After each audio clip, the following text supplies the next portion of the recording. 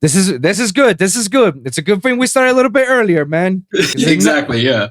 This type of stuff happens, But let me tell you a story. I have a story with you. You know, Brandon, Sammy Dubs. No, I don't. All right, so he's actually a friend of ours, of me and Destroya. I was interviewing him in one of my previous episodes. The first hour we were just going ham and we were just going back and forth, and there was some juicy shit. Like the stuff that I had to bleep stuff out so people don't try to cancel me, Yeah, I gotcha. Boy, would you know it that I was looking down on my meter, on my volume meter, and I couldn't see myself. So I hold on, let me stop recording. When I replayed the recorded video, bro, Brandon was talking, but I wasn't. Didn't record anything you said? Nothing. So it's literally we spent an entire hour just having a conversation, but the computer didn't record me. Jeez. Oh my God, that was a headache. That was just like, nah, bro, this cannot be happening, man. Nah. I'd be so upset. Oh my Lord. Oh no, I was ready to flip this shit off, man. I was just ready to say, you know what? I quit right now. I don't want to deal with this. I just flip this table off, bro. Oh my Lord. I'm so sorry. Yeah, no. But it was good. It was good. And actually good because afterwards we kept it going and it turned out to be a 3 hour plus conversation of him and me. Nice. I was going to say, did y'all just go an extra hour or so to make up for it? Yeah, or just kind of time lost? 3 hours uninterrupted. Sure. And we just kept it going, I wish we could have just come back and let's talk about that stuff that we already did, but then it'll feel like uneasy. It'll feel forceful. So it doesn't feel like real stuff, So I said, it's like, you know what? Let's just keep it moving. Let's talk about some other shit, what we're dealing with our daily lives and whatnot, and just whatever, bro. Like whatever. I'm not gonna stress this shit anymore. True, yeah.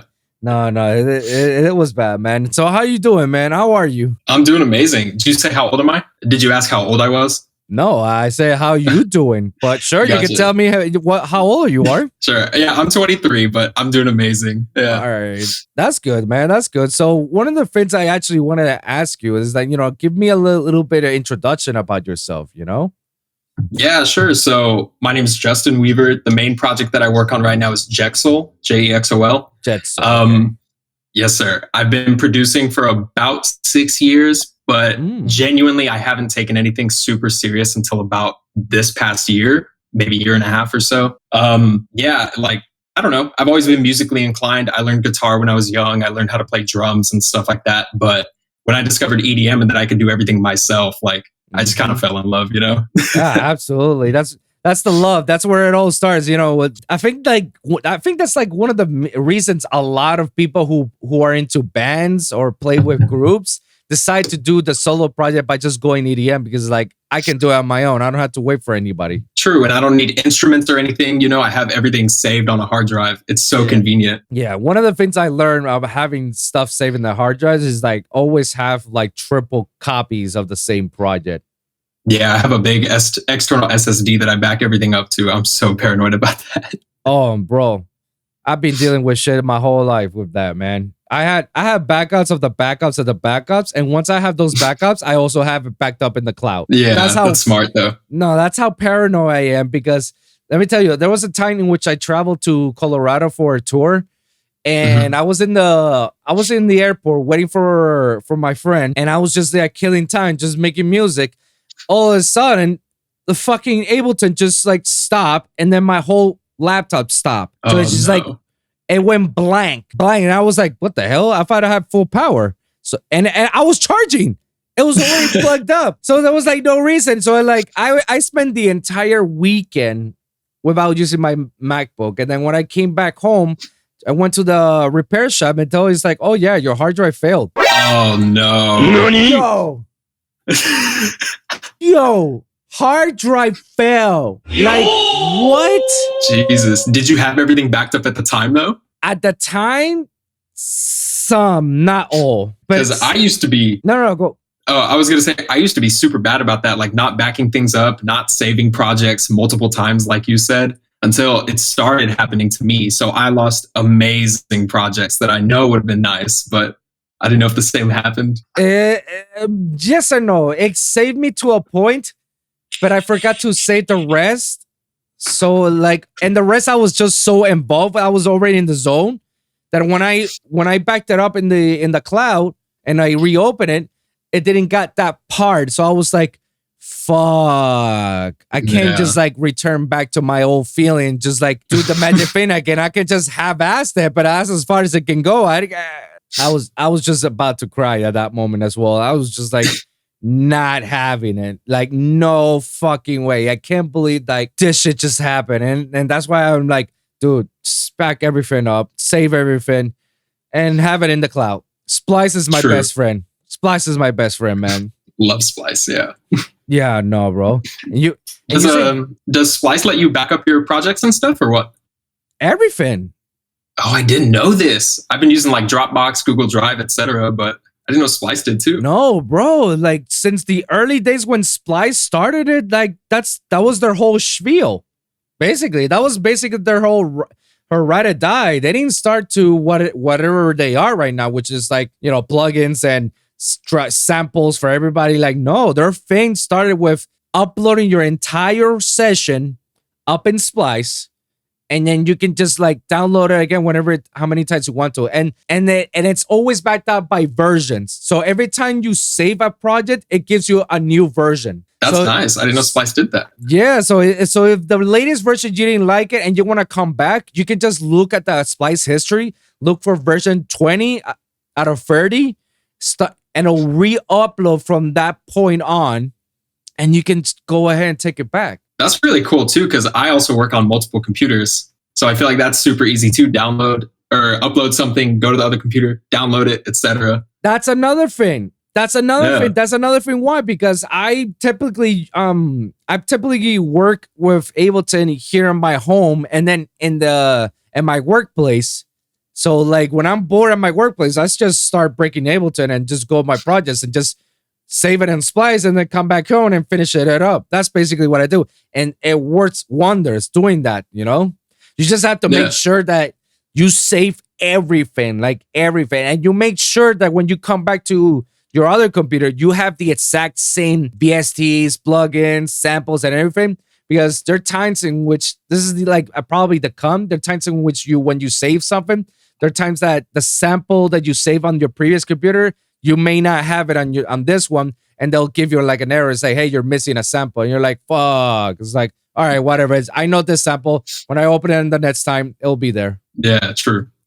Yeah, no, like it saves me a bunch of time, you know, I'm telling you. And I barely have to take my laptop from my home to work. Like I just work on my work's computer and then do my shit right here. Yeah, that's so nice. I'm gonna definitely look into that with Splice now. And do it, and it's free. Like you can get the basic one. You get the basic one for the cloud version. Upload as many as you want, download as many as you want, and then it'll open it. You know, it's dope. It's dope. You know, I highly recommend it for anybody. Highly recommend it because too many heartaches, too many headaches has happened to me on my life. You know, and that's why I have got one. I got one G technology that's 4 terabytes SSD. I got a Lazy that's 1 terabyte SSD as well, and then I got another Seagate that's another terabyte. Like I got backups all around, and I always like every month I try to back everything up, even if it's already, you know, even if it's already repeated shit. Like I'll just overdrive or whatnot. It's just now it's just like that, bro. Yeah, it's definitely a good habit, though, I feel like. Yeah, and it should be a great habit, you know, for everybody who's starting out for music, you know. Definitely agree. Now, let me ask you, you say that when you started out EDM, what actually genre you actually start and delve into it? I was a little bit more trap focused. I'd still wrote dubstep, but more like the bro steppy, you know, like Zomboy, the really old kind of, you know, the nostalgic dubstep now. Of course, the good stuff, the good stuff. Yes, sir. Damn. But now I'm kind of transitioning to more just like sound design focused music. As weird as that sounds, if I had to compare it to other people, I'd say like Deviate, Muerte. am trying to kind of push into that, I don't know, empty in a weird way, but just sound design focused, just doing the weirdest stuff that I can, trying to be unique, so. That's very interesting, because I talk to a lot of people and, most of the time sound designing comes up a lot. And I always irritate them a lot, letting them know, it's like, dude, like if you want to separate yourself from others, like learn how to sound design. I mean, you don't have to be a sound design god. You don't have to be fucking Virtual Riot level for you to, stand out for others. But sounding different than any other goes a whole lot more better than sounding the same as Zomboy or any others, True. And I think everybody needs to kind of find I feel like there's a lot of stress with sound design with people having like a signature sound, like and unique that way. So I feel like kids open Serum or Faceplant and just like make some weird patch. But I feel like a lot of people underestimate that post-processing. I feel like doing something weird in the post-processing is how I feel like you're going to get those unique results, the things that stand out in the set, Yeah. Yeah, I think that that's something that a lot of people like gets a lot of headaches, because it's not easy finding your own sound, because it's not easy to find a sound that you actually love and fuck with so much that is like, dude, I want to put this on every song, like it's not easy. And everybody and and especially like it's weird how it is, because the greatest sound designers, like you tell, like Virtual Riot has its signature, but from time to time he switches up. So sometimes he definitely has a different sound. I mean, you can hear a song of his that is like, oh yeah, that's definitely a Virtual Riot song. And then the next track is like, Virtual Riot did this song? Like, holy shit. Like, it's different than his regular sound beats that you normally will listen to. Yeah. And so it's hard for people to grasp that, because it's like, damn, I want to sound different, but at the same time, look at these guys. These guys don't even sound the same, and they have their own sound. How do I stand myself? And most of the time, it stems from about sound designing. One of the things is like people try to stand out, and the best way to stand out is post processing. The best thing I tell everybody is just resample. Like if you want to sound different and be original at the same time, resample.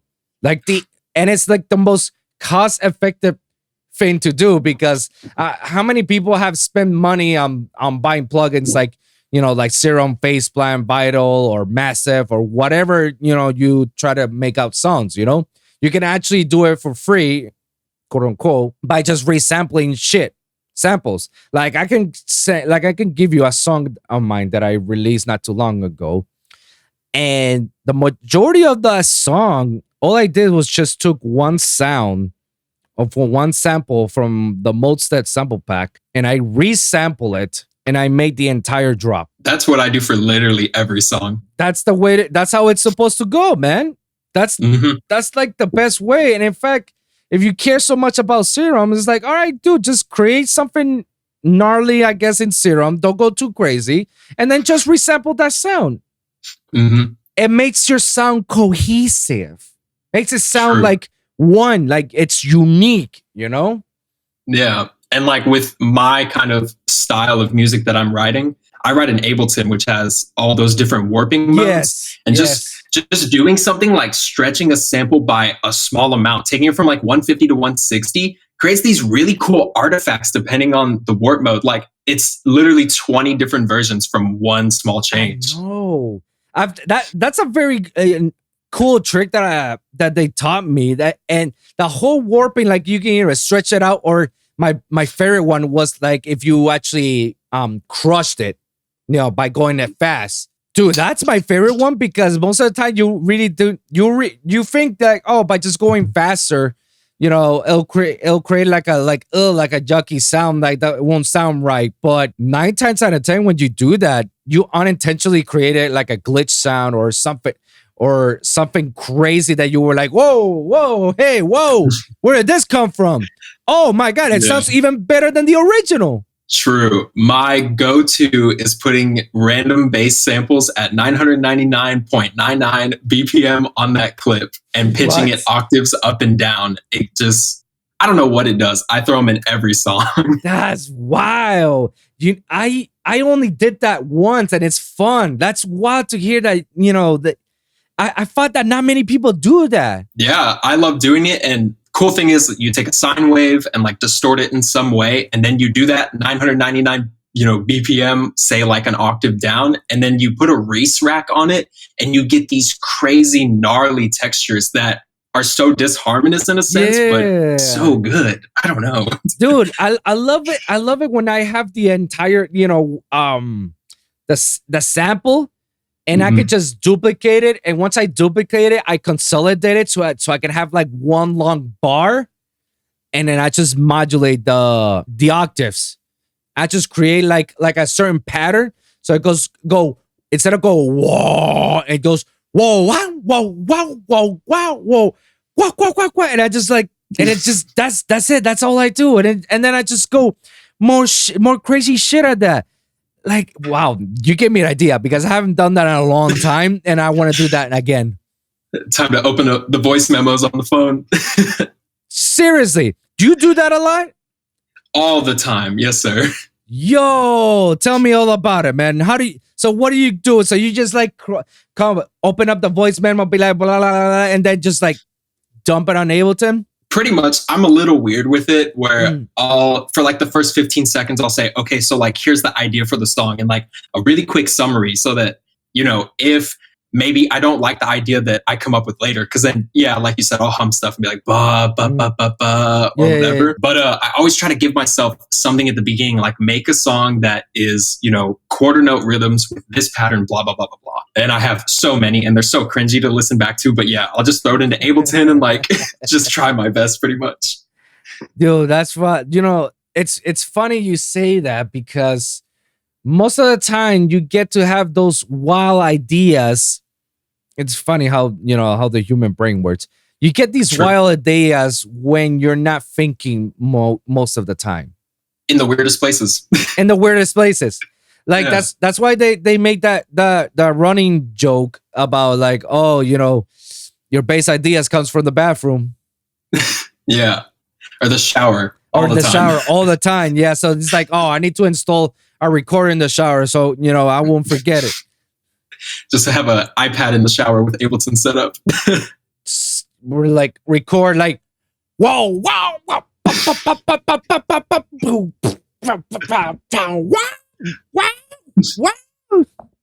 yes sir. Just go nuts around it, man. I mean that's some psychological shit that I learned over the years, in which I discussed this with a bunch of artists here.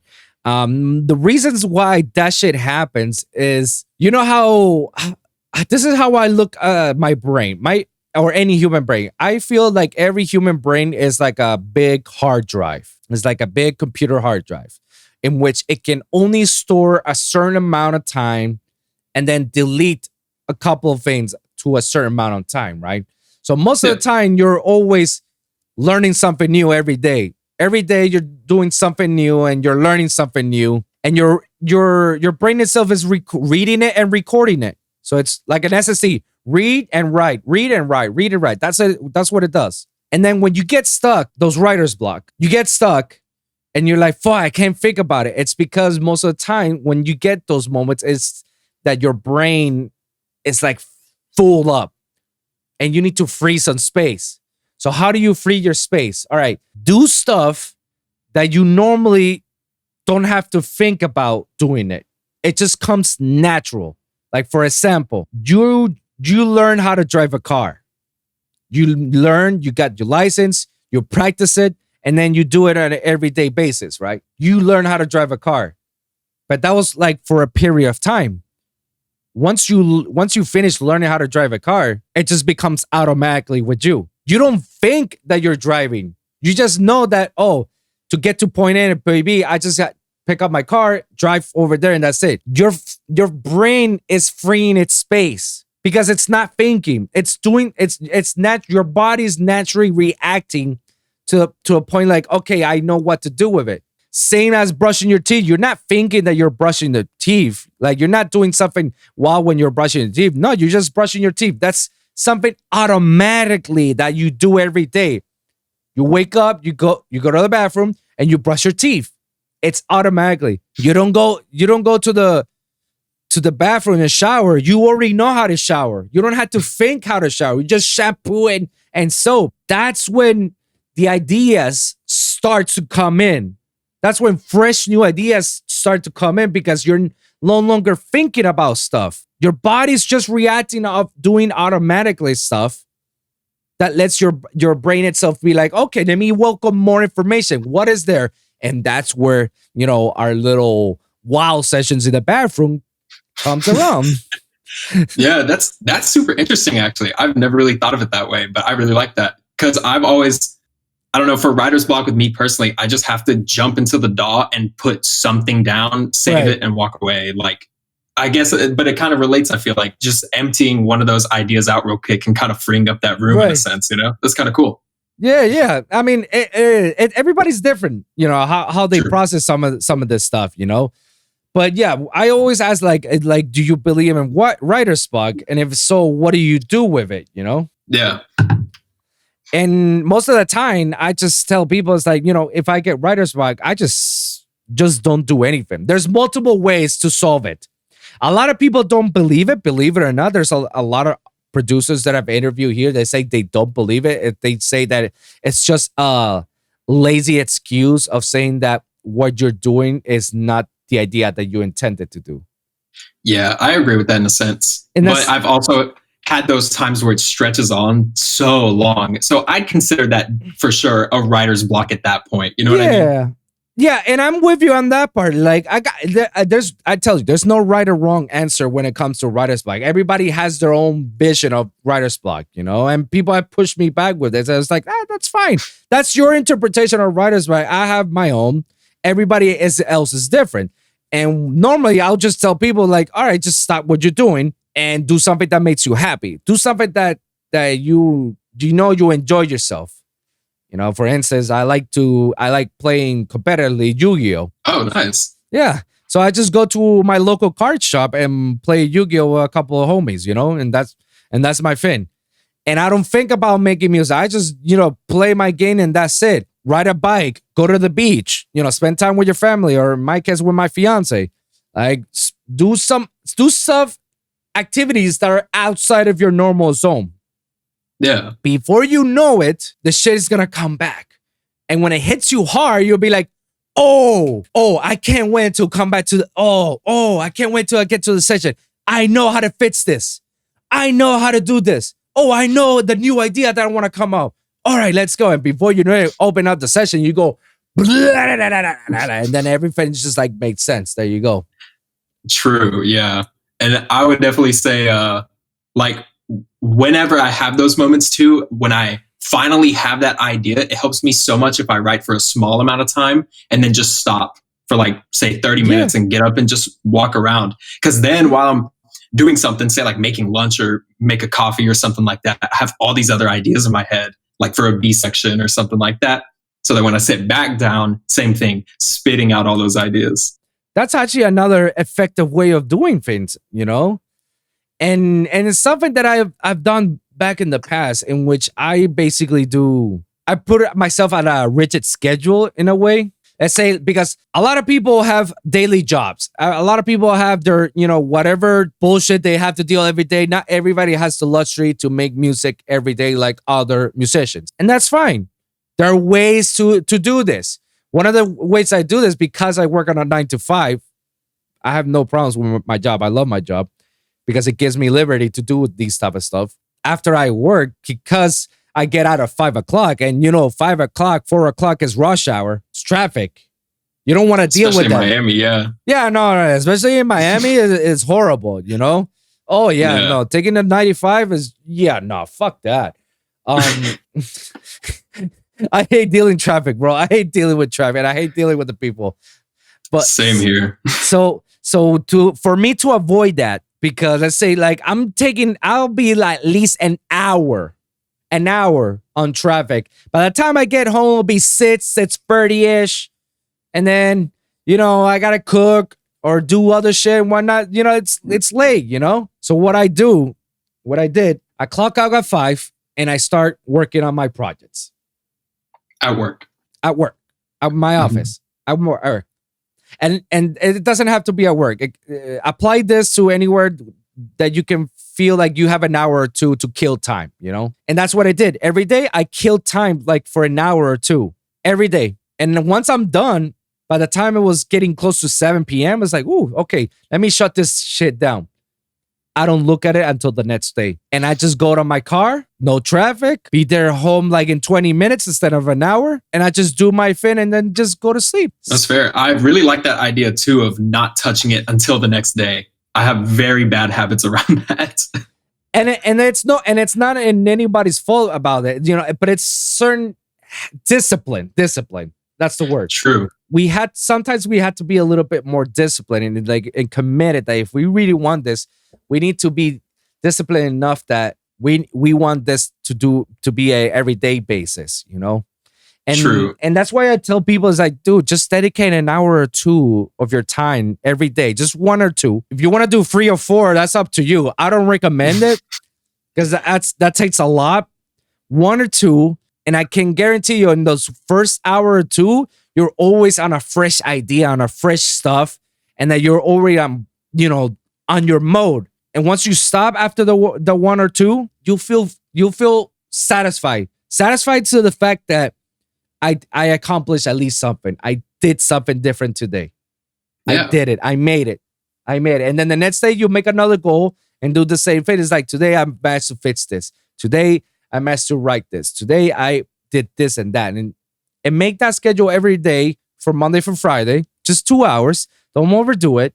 It's not a month. And guarantee you the results, you will be amazed. I like that you specified Monday through Friday too, because I was going to say, I feel like it's really smart to take a rest day too and not touch music and keep everything fresh. Yeah, bro. Like that's why you have the weekends, you know? I guess in the weekends, that's where a lot of producers like, no, but I'm only free on Saturdays and Sundays. Like, all right, that's fair. You know, like you can't do it during the weekday because you're tired or whatnot. All right, so do it on the Saturdays. But then you'll say that you'll dedicate an entire Saturday, 4 to 5, 6 hours. That's a little bit too much because then you're basically telling me you want to wait until the next Saturday to continue working. Yeah, that's way too long. And then you'll be able to work an hour on a Monday or a Tuesday on it. Why don't you just literally 2 hours Monday through Friday? That's 10 hours? 10 hours. You achieve more on that than what you can achieve on one day of 6 or 8 hours. 100%. Yeah. Plus, trying to compact so much into one day, like, kind of screws you over because you're focused on a single thing, or you're spreading, minimal effort across multiple things, Yeah. Versus you can dedicate things, almost like going to the gym, having like a push day and a pull day or something like that. Dude, but it's same thing. Imagine you decide to go to the gym, but you only go on Saturdays and you only spend 6 hours on the fucking gym. And then the rest of the week, you're not doing anything. No progress at all. That's what I'm saying. At one point, your body itself will have its limitations, and then your results will be like, literally, you'll see your results. It'll be like, damn, like these are not the results that I wanted. Versus doing the whole 2 hours every Monday through Friday. Yeah, exactly. I mean, and this is, of course, this goes by, like, if you really want this and you're hungry for it and you want to do this on a daily basis because you're passionate about it, then yeah, these are the sacrifices you got to make, But if you're doing this just because, you don't want to work and you just want to do something different and you're in the moment, then maybe it's not it for you. Yeah, true. 100% agree. But keep it as a hobby, like you're not going to make it off the jump, just that's why I like, 1 to 2 hours a day. That's perfect. Cause I feel like you're not going to get burnt out that amount, Exactly. And you said it very keenly, man. Make it as a hobby. Do something that makes you happy, man. If that makes you happy as a hobby, that you know that you're not investing so much about it, but at the same time, you're still kicking on it. That's the important thing, because that's, if you ask any of these producers, any of these established artists, they'll tell you the same thing. Nah, man, I just did it because I love it. None of them has ever said, I did it because I need money. No, they all said, that I just did it for as a hobby, and then it just worked the out. followers will come. Takes time, but Yeah, exactly. So, that's very important. And I tell this very often because there's times in which a lot of artists, give advice to people. And I feel like that's very half-assed or very bad advice to give to someone to say, like, oh, what do you do when to make it to the top to where you are? It's like, oh man, just keep grinding and don't stop. And, just, I quit my job and I focus everything I did. And then look where I am. Oh my God, that is amazing advice. No. Every person's different. Every person is different. Dude, I could not do I call it the struggling artist routine, because the struggling artist is, not have a job and make music all day, every day. And that's the only thing that you do until you actually make it, until you fart it out. I could not do that because I had student debt to pay off. I got credit card debts. I got car payments. I got rent. Like there's a thing that's called financial responsibility that every person in this world has it. Not many people are lucky enough to be young enough to sponge off from mom and dad. Not saying that it's a bad thing, but I didn't have that luxury to be, that my parents would take care of all my bills and I could just focus on my shit. No, they'll tell me get the fuck out. Like, you need to work your ass off. You need to be responsible. And that's something I tell everybody. It's like, whatever you're doing, like if you love doing music, all right, they keep it as a hobby, but and then once you see that there's money involved and you see that money is actually coming your way and that it's really happening, okay, then make that transition. Yeah, I think it's important to note though, wait until the money is decent, number one, and steady, number two. Don't just get, your first bookings for say like $50 or something like that, and then quit your job, Stuff like that takes so much time. Holy shit, $50 for a booking? Damn, bro. Welcome to Texas. Or pizza, that too. Hey, I wasn't far off from when I was in my, promotion days, bro. You know how much they pay me to perform in these gigs? Exposure? Yeah. Yeah.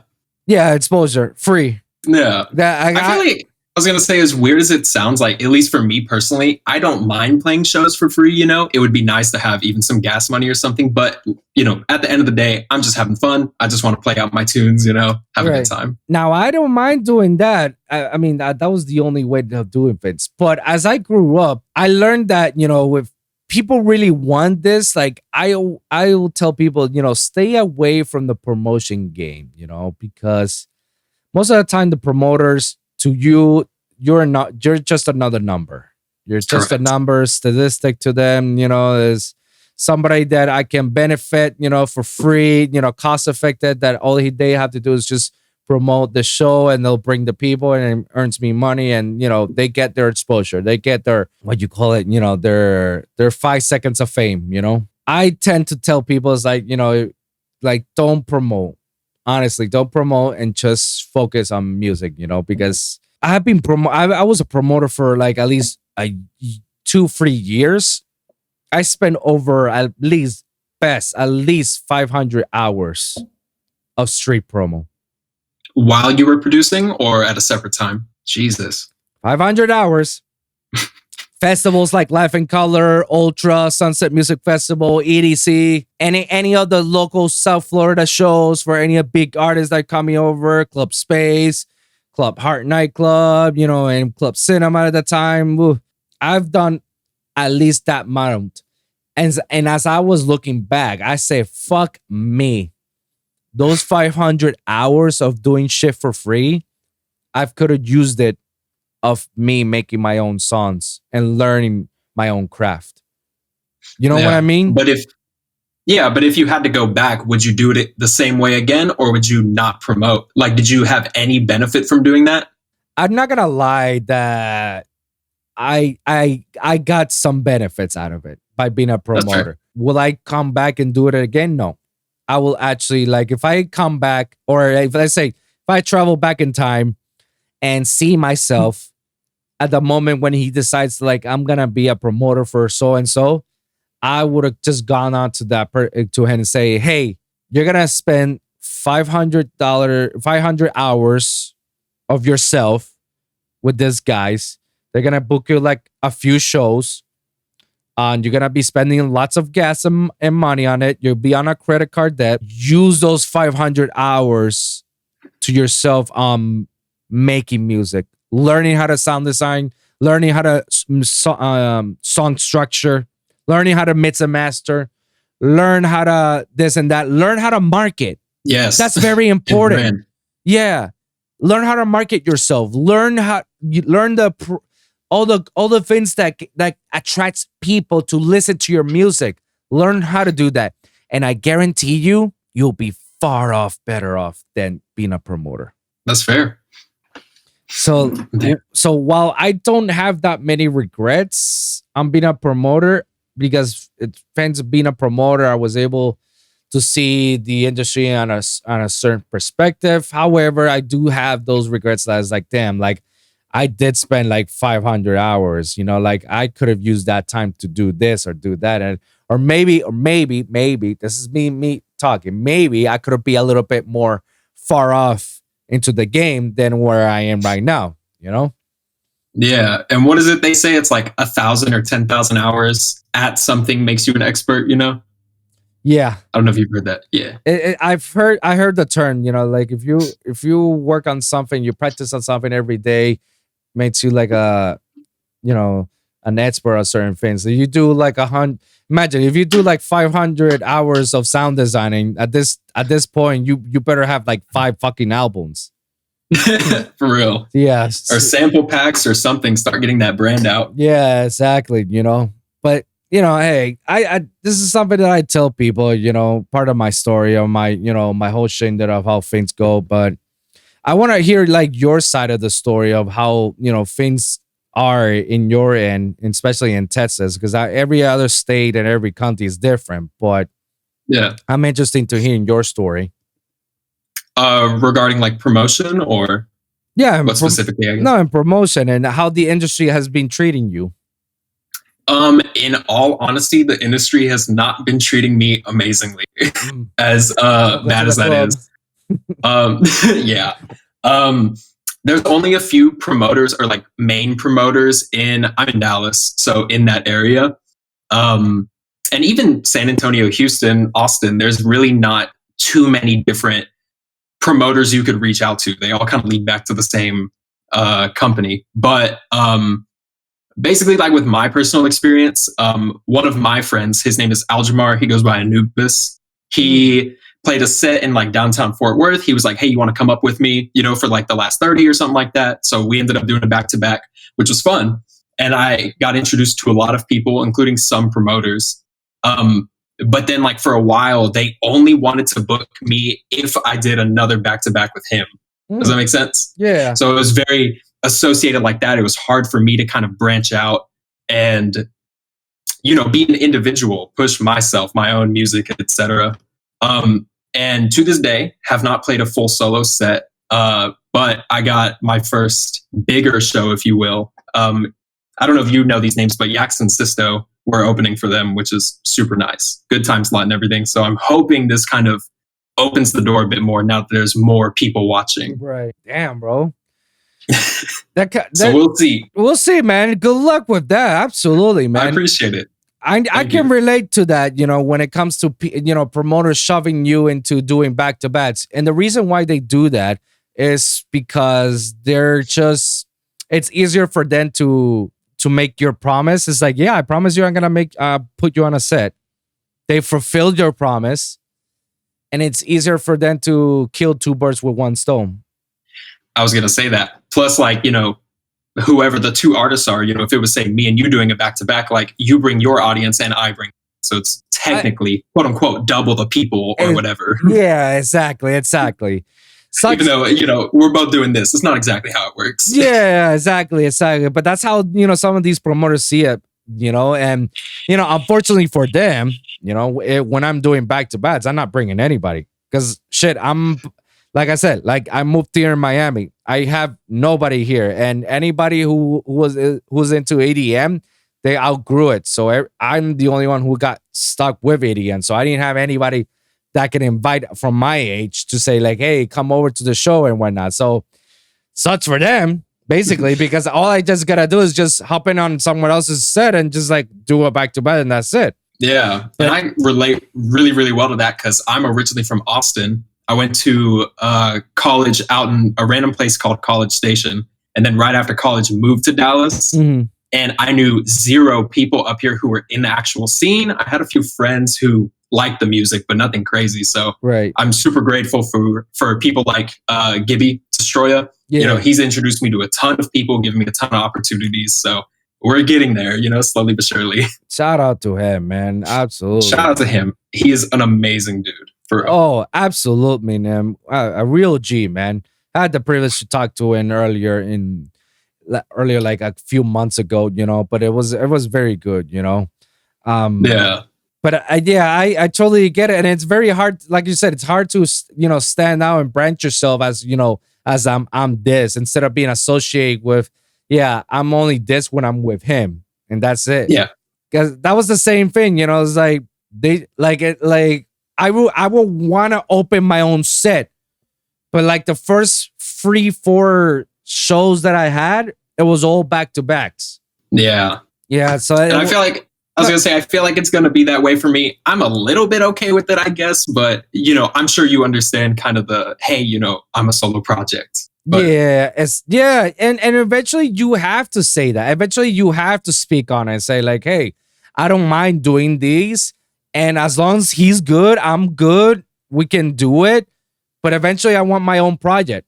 Like eventually I want my own set. Like I don't want to share with anybody. Not trying to be an asshole, but yeah, I want my own set. And unless you say that, unless you speak about it, these promoters are just gonna keep booking you to do back to backs with people, you know. And it wasn't, and I told them straight up. I told it straight out to my promoters, like, hey, don't book me on any shows if you're putting me on a back to back with someone that I do not know. Like I will only do back to backs with homies, with people that I trust and I can go around with them. But if it's with somebody that I know from distance, I just don't know them like that, and you're just gonna book me like that, then don't. I want my own set. I'd rather have my own set. I don't care if I have to open up the fucking show. Like, just don't give me a back to back set, and just give him my voice. And they gave me my shot, and then they liked it, and but like, all right, keep it going. Nice, yeah. I guess I want to do that, but I have a little bit of a fear of them being like, well, that's the only reason we want to book you, so we'll just not even consider you or something along those lines. It's just I'm a very paranoid person, but I get the paranoia actually comes up to you, and it sometimes is the what if, what if I do this, but exactly. You can't live like that, man. Like you can't live with the shoulda, coulda, woulda.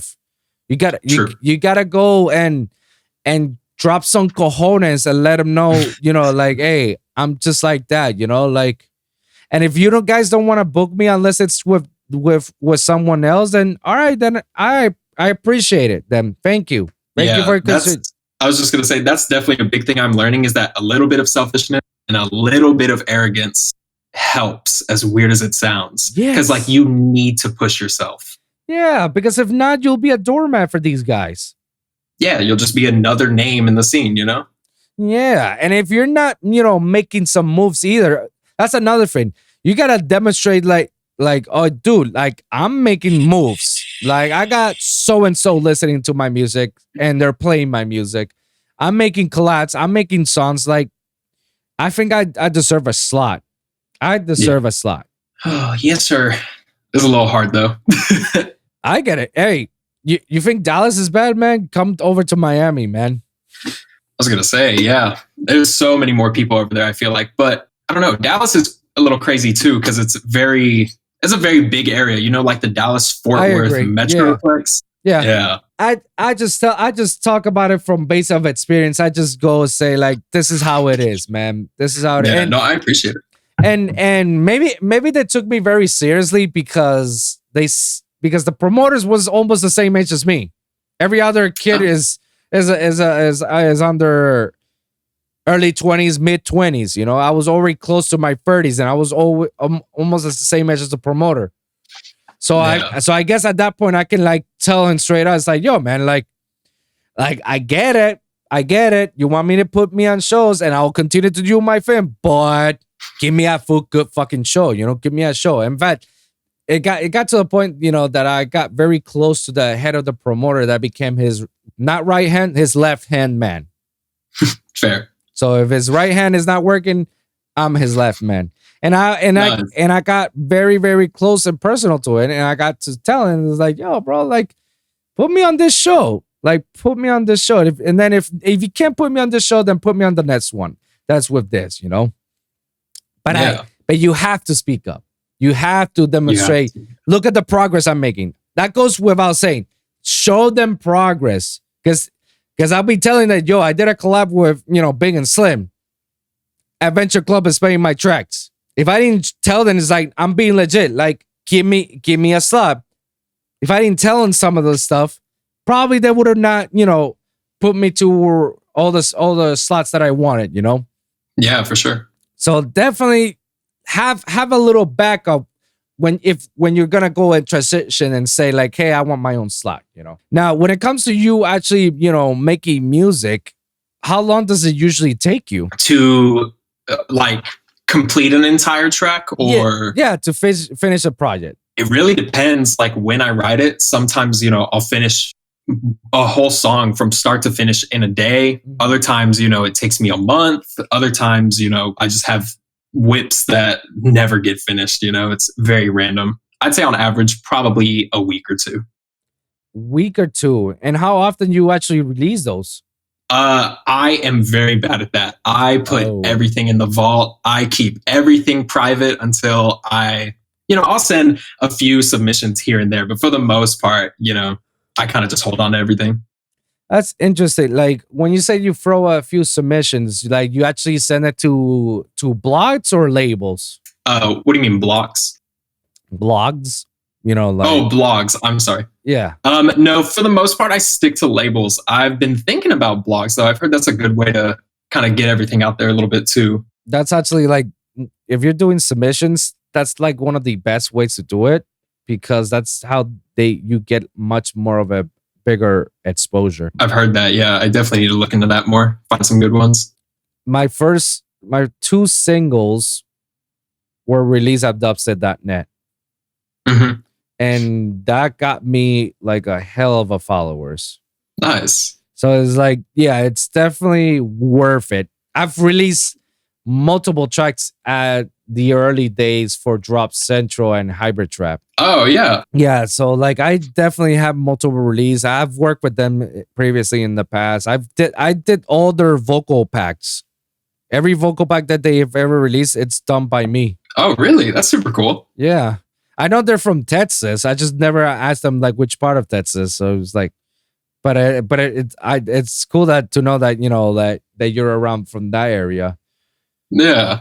And that's cool too about like, how did you go about making a sample pack for someone? Because like literally in my free time, I'll just sound design or like make drums or something like that. And I usually just send them to the homies. But I've always been like, hey, like I definitely feel like I could put this out somewhere with somebody, you know? Basically, I did what every person should do if they ever want to release tracks with labels. Give them a reason why they should. Besides releasing your music, give them a reason why they should work with you, you know? Because to them, they hear your song, it's dope, okay, but why should we take a chance at you? So something that I learned, and it has worked effectively amazing. That's not even a correct word, but I'm going to use it because it has offered them a certain service. Pretty much there's no around it. That's as simple as you go. Offer them a service. Offer them like, hey, you know, can you take a look at my song, and in return I can, you know, I'm good with doing this and that, and I can actually offer you something for free for the next 2 projects and whatnot, and you let me know what you guys think about it, they get appealed with that. Because now you're going on a business point, and it doesn't look like you're just being any other random person that says like, oh, I just want to release my song because it's dope and that's that. No, you're giving them some sort of value. That's what it is. So I hit Hybrid Trap and I told them, hey, like, we'll be dope if you guys can release this song on either Drop Central or Hybrid Trap or whatnot. And if you guys want, I can do a vocal pack, like a free vocal pack. All I ask for you guys is just promote me and let the people to follow me, and that's it. That's all you guys gotta do, and give my chance of my song, But that's all I ask from you guys. No money, no anything, and I'll give it to you guys. It's 100 vocal packs, 100 vocals, with effects and whatnot. And if you guys got some phrases and words that you want me to say, I'll be more than happy to do so. Next day, I got an email say, yo, we would like that. Nice, yeah. We will, and that's how you do it. You basically offer them a service, and that's just not only for labels. That goes with anything, with any artist. If you want an artist to to fuck with you and say like, hey, if you can, it would be cool if you can listen to one song for feedback or whatnot. Offer them something in return, something of equal value. Like you're asking them to listen to your song. That's taking their busy schedule of listening to it. 9 times out of 10, our artists will listen to your song, and if they fuck with it, they fuck with it, no problem, and they'll give you feedback and whatnot. That's fine. But the more tedious ones, offer them some sort of a service and say like, hey man, like I actually do vocal packs. In my case, I do vocal packs. I got like 3 different vocal packs. If you want, I could give it to you for free. So in one day you decide to use one of my vocal pads, you could just put it there. No charge, just have them use. You get immediately response out of there because now you're seeing them. Like I said, it's just a different business tactic, and that gives you an equal value and equal opportunity for you to do some of the stuff. Yeah, that's super, super interesting because I would always, at least with my perspective, the person that I'm messaging, whether it's a label, whether it would be a blog or even a random artist, like their following is so much greater. Like the fact that they're even taking the time out of the day to listen to my track or whatever it is, like I feel like I'm in a position that I need to compromise. You know what I mean? Mm-hmm. As opposed to what you're saying, which is offer more. So that's super interesting. Yeah, and it doesn't take you much. It's more satisfying that way because that way you actually build a better relationship with the person than it is to hoping this person will hear about it, they'll see it, they'll release it, and that's it. That I will never hear them ever again. Yeah, true.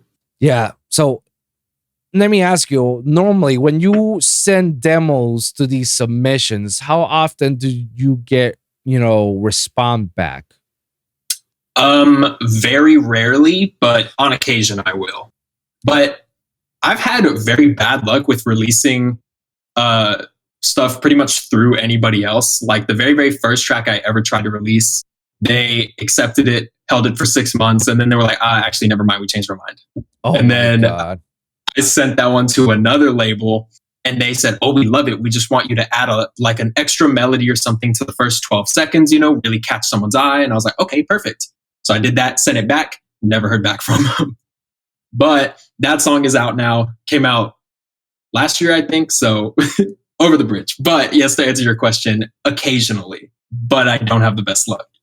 Let me tell you a story, man. I don't know if you don't watch that after my show, but if you ever get a chance, take a look at my previous interviews. In fact, take a look at one of the episodes that talks about demo submissions and why I discuss not sending them. I'm gonna give you a brief story about it. I did an experiment. I have like a shitload of songs. I sent it over to a bunch of my homie producers. They all gave me great feedback out of it. They said, yo, they're dope and they want to play and yada, yada, yada. All right, cool.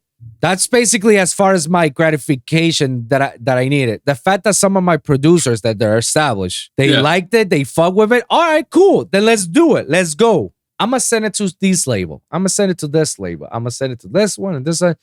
I tell you, I sent it over to at least 20 something dubstep labels. Out of those 20 dubstep labels, half of them read the email, and less than half of that heard my music, and then probably one responded me back and say, yeah, I love it. Yeah. Let me send it to the IT team. No, I mean IT team. To the A&R team to see what's up, and then we can move forward from there. I'm like, yeah, dope. Yeah, man. We decided that we don't want to release it. Keep sending us stuff. Blah blah blah blah. It's like, I bet. I did that as an experiment, and the reason why I did it as an experiment, it's to prove a lot about people. When it comes to labels, they don't really give a fuck about whatever you're sending. This is a true story. This is a true story, not just me. It's also based on other people that I've contacted that they sit down in this show and they talked about it. Everybody has their experience with labels and they can tell you their stories. Majority of these submissions, they're all spam folders. The majority of them. There's probably like a few here and there, like the Subsidia, DPMO, Root Service, that they will listen to your songs. Yeah. But the majority of them, they're all fucking demos, spam folders. And they did that on purpose because they don't want, because the people are these people are tired to send demos to the general inquiry bots. So they put up a demo link or a demo folder or a demo email so people can send it over. But in reality, they really don't give a shit. They're not really listening to it. They're just like, whatever they feel is good, they really don't give a fuck. So the only way to get attention from these A&Rs is by, having your music being played by artists. That's the only way. That's the only way for you to have any of these A&Rs to even look at you. Because the whole point of this is that you want them to look at you. But approaching them is not them looking at you. Approaching them is you looking at them. And it should be the other way around. They should be hitting you up, say, yo, release one of your songs over here, That's how it's supposed to be. That's how it is. Because at the end of the day, it's business. They don't want anything to start something from scratch or not. No, they want somebody that's already established, that's already have a fan base, that's an active social media presence, and their music is dope. They does all the check marks, and then we can take over and look at them, That's the only way for them, unfortunately. And I've done that experiment so many times. It's crazy because I've talked to fucking A&Rs and they tell me these stories. Yeah. And A&Rs who used to be A&Rs, and they tell me how shitty really is some of these labels and how shitty really the whole spiel is, that's just how it is. So that's why I tell people, like, dude, do not waste your time. Do not waste your time sending these demos to any of these labels. Just release them independently. Yeah. You're far better off to release it independently than you are really than hoping that they get released on a label. Because you know what? When you don't get their hear back from any of your songs, you get that sense of, damn, is my song really that good that they don't fuck with it that much? Yeah. And then that song will never get released. It just goes shoves in the drawer, never to be opened. Pretty much. Or you send a track off to a label and you're waiting for these labels to respond, but if they're never going to open the email, you're sitting on a track. And there's so many producers out there, kind of backing up just a little bit, how you said labels don't really want to take a risk. They want to stick with these established artists. But I feel like the best music I hear is all artists with like 200 or like under 500 followers. So much better. The more unique stuff, just I don't know, slept on. I don't know what it is, bro. Like lately, all the people that I've interviewed that's come along, they're all locals. I listen to their music and holy shit, they sound way better than any of these established artists that get released on fucking labels. It's ridiculous, man. But that's how the industry is working currently, and unless we change the narrative out of it, by putting all these artists out there, shit will always remain the same, Yeah. And that's kind of the struggle too, is like, that's why I really like people like Destroya. He started that Kaiju Pit label, which is, underground producers from all over the world getting a platform. And he's always, pushing shows and like trying to get that little group onto even opening slots, just small things like that. I feel like supporting the underground is the real way to change the scene to a better place. Does that make sense? I agree. Yeah. I agree, man. But hey, I that's why I give like my props to Destroya and his Kaiju Pit, collective, because that's exactly how it should be. Just giving some of the minority a voiceover, because not everybody knows about these. I feel like there's so many hidden gems that people are just not noticing or not discovering it. And that's where I come in and say, nah, here are the hidden gems. You should take a look at this person. So take a look at this person. Oh yeah, they're making moves. Super nice, yeah. Yeah, man. Let me ask you this: have you ever been into this festival circuit before? Festival circuit? Yeah, like have you performed in any festivals? Not a festival, no. Are you planning to, or have you gotten reach with it? Do you know where to get to it? I feel like I definitely need to kind of grow a little bit more. I have like 200 followers. That's not a lot. So I feel like, I don't know, kind of back to earlier, like there's a lot more safe choices to go with, I feel like. Does that make sense? Yeah. So let me ask you, what is your plan of getting, your project to move forward and get the exposure that you deserve? Right now, it's definitely more shows. I have a ton of music that I'm planning on releasing. I just got to figure out what I want to do, which from talking to you now sounds a lot more like self-releasing more. Absolutely. And play more shows, get my name out there just a little bit, like make sure the local promoters know me. Yeah. I would love to get to that point where, like you said, they're reaching out to me. Then I can kind of move past that local step. But, I know that's going to take some time.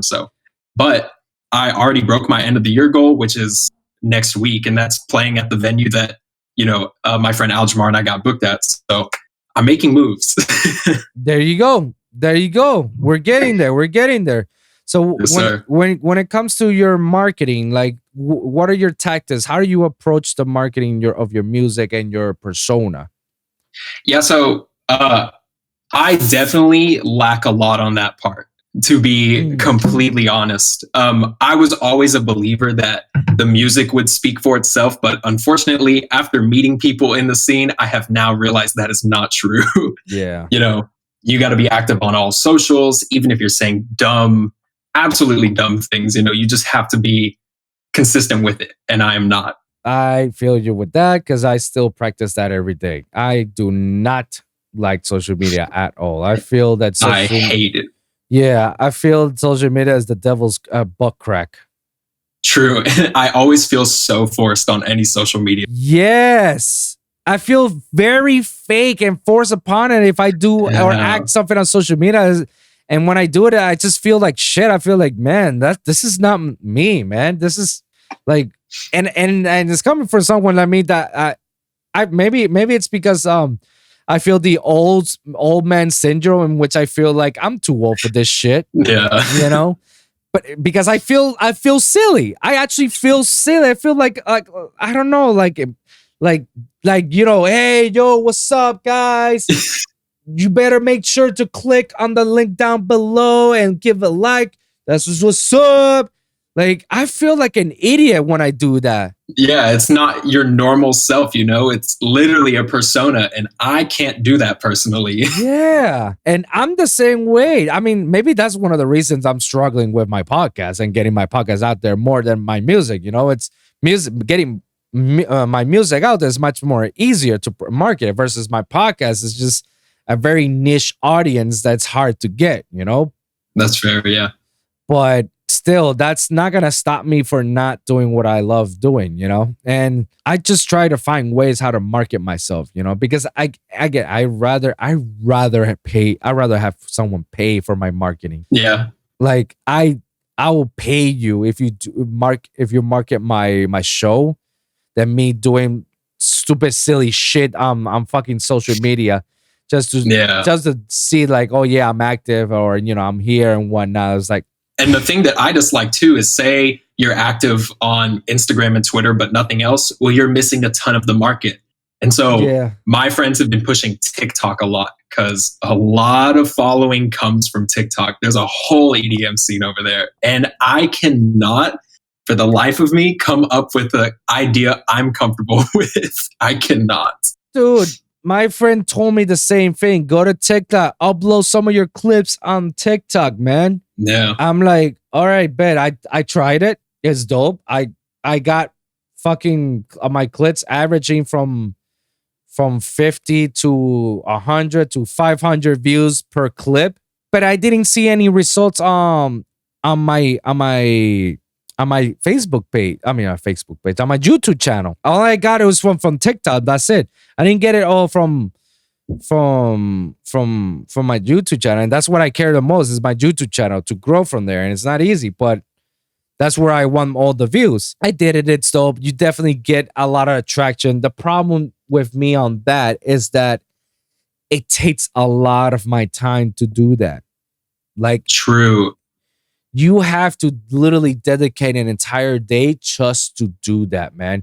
You know what it is that I am the one-man army of my show. I look for the people to interview. I schedule them. I interview them. I edit, mix, and master the episodes. I add effects, intro and outro. I upload them. I bounce them because that takes hours. I bounce them and then upload it to YouTube. I do the art, the graphic design, the thumbnail of every single one, and I schedule it. And then I have to do the marketing of that too. Yeah, you need an assistant. Huh? You need an assistant or something. Fuck yeah. I kid you not, dude. That's all on me, man. And then adding the clips. Fuck, I have to re-listen to the podcast over again and find which ones are the best parts that I can put it on a 2-minute clip, 3 minute tops, to a 3-minute clip tops, so I can upload it on TikTok. I can upload it on Instagram. I can upload it on Twitter or any other whatever, and only get a few responses. This is like, nah, bro. Like, I'd rather pay somebody to do all this shit, you know? Have you seriously considered paying someone for it, or you kind of like doing the whole experience yourself though? No, I really consider paying someone. Like, I don't mind. Like, if you know somebody that's willing to do, you know, $100 per episode, you know, I'm down for it. Yeah, I'll let you know. Fucking yeah, you know, because I'm dude, and I'm not saying I'm paying you $100, you know, to do a clip, you know, to cut the best version of the episode and put it up. Like, no, I want you to fucking move my show, promote it, like market it, make sure that I'm seeing, you know, results on my viewership, on my statistics. If not, what's the whole point? I'm just giving you $100 for free. Pretty much, yeah. Yeah, exactly. Plus, like, having someone to help you with that kind of stuff means put out more episodes, which favors the algorithm, you know, especially on YouTube. Exactly. It's, I don't know. It's just one of the things that it's hard to find, you know, anybody who's willing to do that. Or maybe I haven't found the person to do it, but I don't know. We'll see. We'll get there when we cross the bridge. But social media, yeah, unfortunately, it's the devil's butt crack in which you have to be present all the time in order for people to notice you. And I'm with you. I always prefer the talent over any followers. Talent always beats anything at the end of the day, because that's the product. That's the thing that you're trying to sell, you know. But unfortunately, people are just having a high demand about, I want all of it in one little package, and it's hard. Yeah. And it's hard because it limits you. It limits a lot of people. Limits a bunch of others, and they gotta, they all had to be social media experts. They all had to be graphic designer experts. They all had to be whatever expert. They had to do a lot of things that has nothing to do with music, with them producing music. Pretty much, yeah. Or spend a lot of money to get someone to do it for you. Or like graphic designers, etc. And not that I'm saying that that's bad, but still, that's money spent. That's a lot of money that you're spending. And some of these graphic designers, unless you're homies with a person, most of the time they charge you over $100, $200 with whatever artwork you give them, or artwork they give you. That's pretty much, yeah. And it's very, it's very little pay or no, not pay. What's the word? Like return. Yes, thank you. It's little return that you see it, all you get is like that gratification. Is like, yeah, it's out there. And then that's it. You don't see anything positive gaining behind it. That's it. Yep. So like, do you see that you spent $200 well spent, or you actually sunk $200? Yeah, true. So yeah, and it sucks, when money's around, money's involved, shit like this happens, It is what it is, But let's not dwell with that, man. Let's continue on with a few more questions and we can wrap this up, man. Sure thing. So you talked about how long it takes to finish a project, which says like on a regular average, a week at best, Now, out of that, what has been your favorite project up till now? Ooh, including unreleased? Yeah, including unreleased. Oh, yeah. I have this one song called Sanguine, and it is my absolute favorite. I'll definitely send it to you later if you want it. Hell yeah, send it over. Yeah, it's super like atmospheric, I guess, kind of scary a little bit, like for the intro and whatnot, but nothing insane. Very minimal, but then when the drop hits, like I said, crazy sound design, very full all of a sudden. It's like nice contrast and irony. Right. I really like it. I'll definitely send it over to you. Oh, hell yeah. I can't wait. I'll definitely send it over to me, man. Now, we'll do. Now, saying that that's your favorite song and because the way you design it, now, what was your creative process behind that song? What actually made you say like, all right, this is how I want to make this song like this? So basically when I do my tracks, like I mentioned earlier, I take a single sound and resample it for the entire song. For the drop, at least, like all the basses. But what I'll do is I'll basically open Serum and then start recording on a blank audio track and hold down a button on my keyboard and twist random knobs until I get just some cool noises. So at the end of it, I have like a 5 or 10 minute long render that's just a bunch of different variations of the same sound. And then I'll just cut and paste and make random patterns and whatnot. And so I did that with this track, but I made a little like tonal delay rack. So I just used that as like the theme for it, started making these super percussive sounds that ring out. And I don't know, I was just basically experimenting, having fun. Right. And led to this. Now, is that your creative process when it comes to making any other songs, or you have a different way of doing things? I usually try to start with some random sound to get phrasing down and some kind of arrangement, and then kind of go back in and really dive deeper. Or I'll start with an intro element and then kind of just work my way through the timeline, I feel like that's the better way to do it personally, so I don't get stuck with a 32 bar loop or something and call it a day. Right.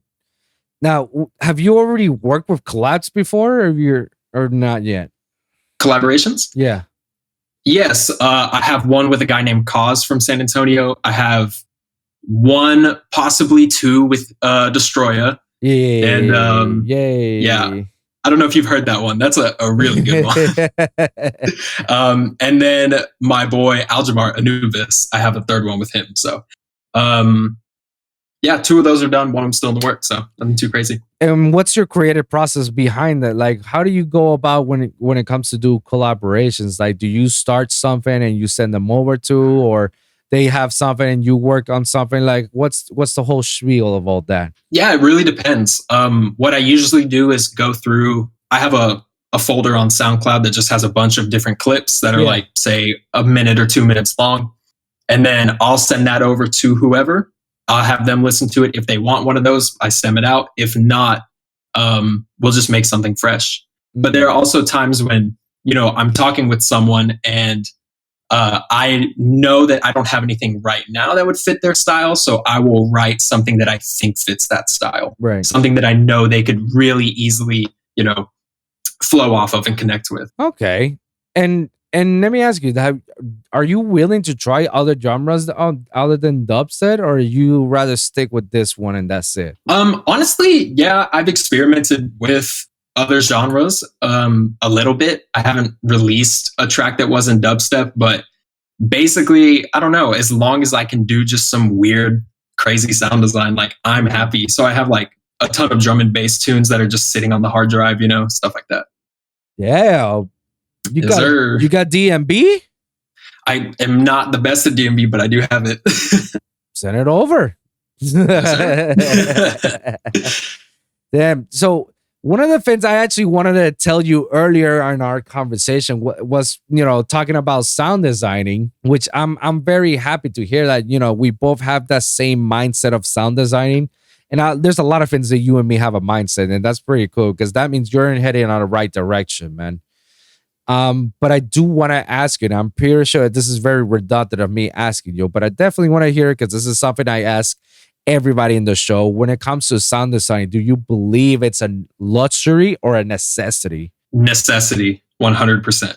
I, say like someone using samples or something that are pre-made, like that's fine and all, but the problem is that anyone can do that, and I don't feel like you stand out too much. Whereas when you design your sound, you're literally the engineer. You get to shape it however you want. You get the different tones, different arrangements and phrasing and so on. And it just is an easier way to level things up. And plus, like, if you don't design your own sounds, you can only do so much versus when you understand why, what is this filter doing? Why is it sounding in this way? I feel like you write better music when you know a lot more about the specifics from doing it yourself and practicing. Yeah. Does that make sense? Yeah, that's actually pretty good.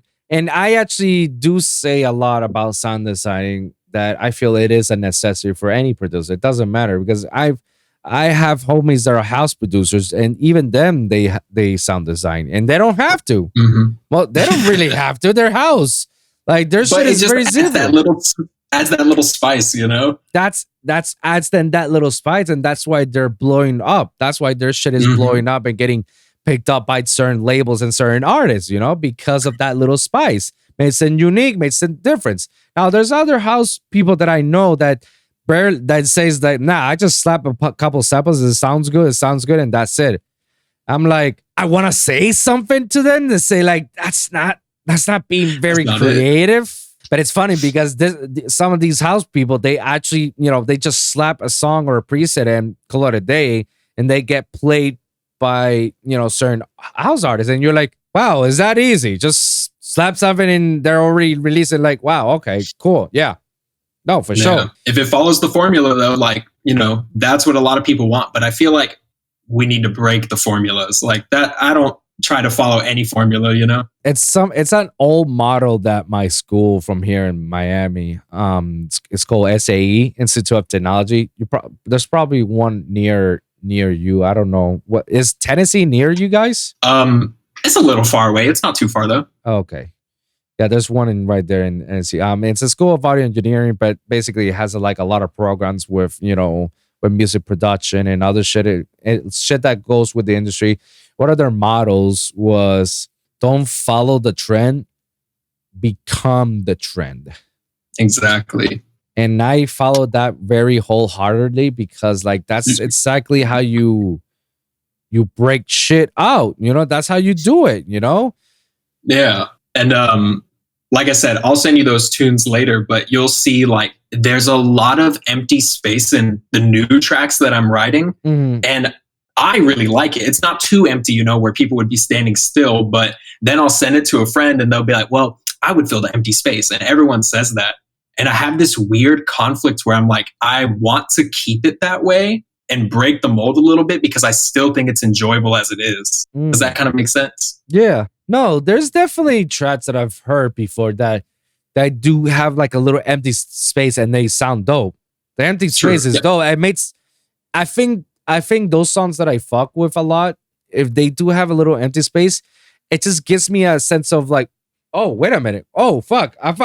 It's emphasis. Yeah, it just slaps you even harder because you just basically, when everything went like high, then you're like, what happened? Pow! Whoa, okay, yeah, shit. Yeah, you got me. Yes, sir, exactly. The tension, the contrast, all that. I feel like it adds a little something, but it's against that common formula for everything to be full and as loud as possible. You know what? It's good to always go against rules. It's another thing that I always learn. Learn the rules so you learn how to break them. Yes, sir. Yeah, because it's okay if you want to follow the whole trend and you want to follow what everybody's doing, but are you gonna be standing out from others?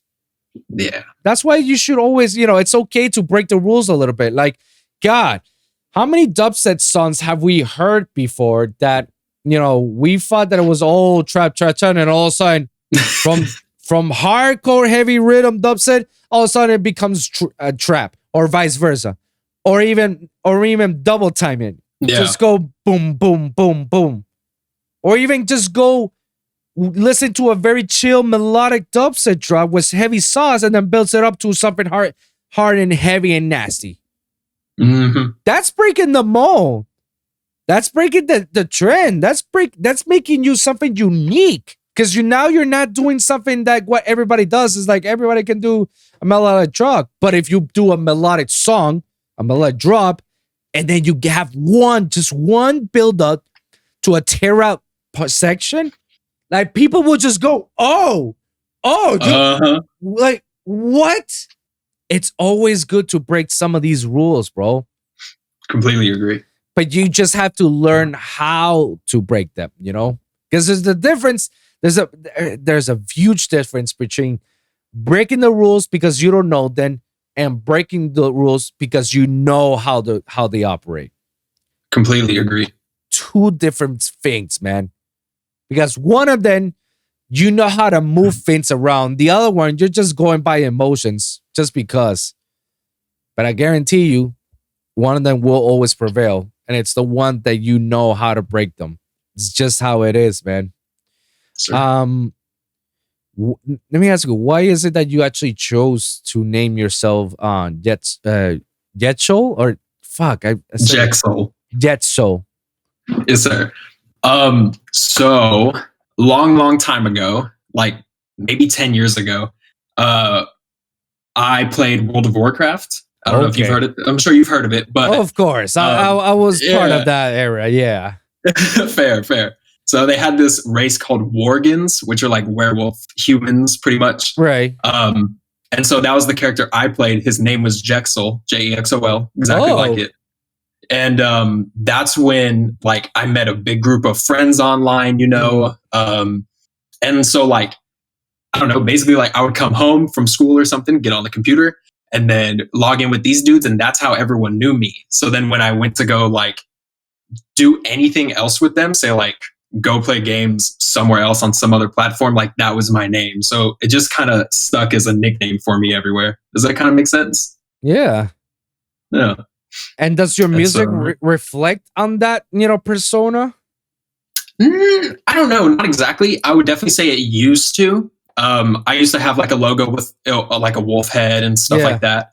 But and I would try to just make these like gnarly growls, and I still kind of include those in every single one of my tracks, but I'm also kind of straying away from that now that my music taste is changing. So not 100%. All right. Sounds good, man. So up until now, what has been your greatest accomplishment? Damn. I mean, honestly, just putting my music out into the world, whether, I would definitely say like releasing music and just having it out there. Like that's a part. Like I'm just so happy to have my music somewhere that other people can listen to it if they ever wanted to find it. Like I said, right now it's a hobby for me. I just want to be creating art, and I genuinely just enjoy putting out music, even if no one listens to it. Like it's out there, and I'm happy that it's out there. Dope. So, what are you currently doing, and what do you hope to accomplish by it? By what? What are you currently doing that making things stuff and something that you want to accomplish later down the future, like? What are you cooking, or what are your plans as Jexol? Definitely still making a ton of just really, really weird dubstep, as bluntly as I can put it. Goal, honestly, end of year goal is probably to play a show outside of the DFW area, even if it's Austin or San Antonio, something like that. And then long-term goals to genuinely, I just want to keep putting out music. I would like within, say, the next 2, maybe 3 years to have a full EP finished out into the world, like a debut thing to really cement this project into this scene. Those are kind of my short-term stuff. Then we got one more question and we can wrap it up, man. Sir. Let's say that you're walking down the street and then all of a sudden a UFO pops out of nowhere. And some aliens comes out and they say, yo, we need your help. We need your help, man. Because you and only you can help us out. You'll be like, all right, dope, let's do this. It's like, all right, but before you go, just so you know, you don't know how long you're gonna be out. Here's a piece of paper. Write 3 pieces of advice that you will give to someone. What are those 3 pieces of advice? Music-related advice? Yeah. Music in general, however you like it. Oh, damn, that's a good one. Number 1 would definitely be to just put stuff out. At least, musically or whatever. If it's a clip on SoundCloud, if it is a full-fledged song, if it is an album, if it is an EP, if it is a mix, doesn't matter. Just keep creating and just keep putting stuff out. Number 2 would definitely be research. Like, if you are producing in Ableton, read the Ableton manual. I know it sounds dumb and like a ton of work, but there's so many fine, minute details that you will learn about, like, what they do to your sound and etc. That you won't learn elsewhere. And there's also, YouTube University and Google and whatnot. But yeah, YouTube University. And yeah. And the third thing I would honestly say, just in general, not even music related, is just have fun. Life's short. And we probably only get one of them. Please don't have any regrets. If it's music related, do whatever you're gonna do. Even if it's not music related, just have a good time, leave a good impact on this world, Very good, man. Very good. Well, thank you so much for coming over to the show, man. I really appreciate you coming over. Any given time, man, if you want to send me some music, you want to, come back again, just kick it, let me know, and we can set it up, man. Yeah, sounds good, man. I really appreciate you having me on. Of course, man. Before we leave, plug yourself out. Let the people know where they can follow you and what they can expect for you in the future. Sure thing. My name is Jexol. On SoundCloud, it's Jexol Music. Instagram, it's also Jexol Music. Twitter, it's Jexol_. And yeah, that's about it. Sounds good, man. Appreciate it very much, man. Thank you for coming into the show. Thank you guys for listening. And remember, every week is a brand new episode with a brand new topic. So always remember to like and subscribe for your weekly episodes at The Lone Wolv Podcast at youtube.com/The Lone Wolv Podcast, or even lonewolvpod.com. That's lone, WLOV pod.com. When you can check all my latest episodes. You can also check my audio version at SoundCloud, Spotify, Apple Podcasts, and iHeartRadio at Wolves and Music or Lone Wolv Podcast. Very simple for you guys to check it out. Comment down below. Let me hear your thoughts. Share your experiences. If you guys got a specific topic that you want me or you want Jexol to cover, please let us know in the comments down below. We'll do our best to cover it on the next episode. So thank you guys for tuning in, and we'll see you guys in the next one. Peace.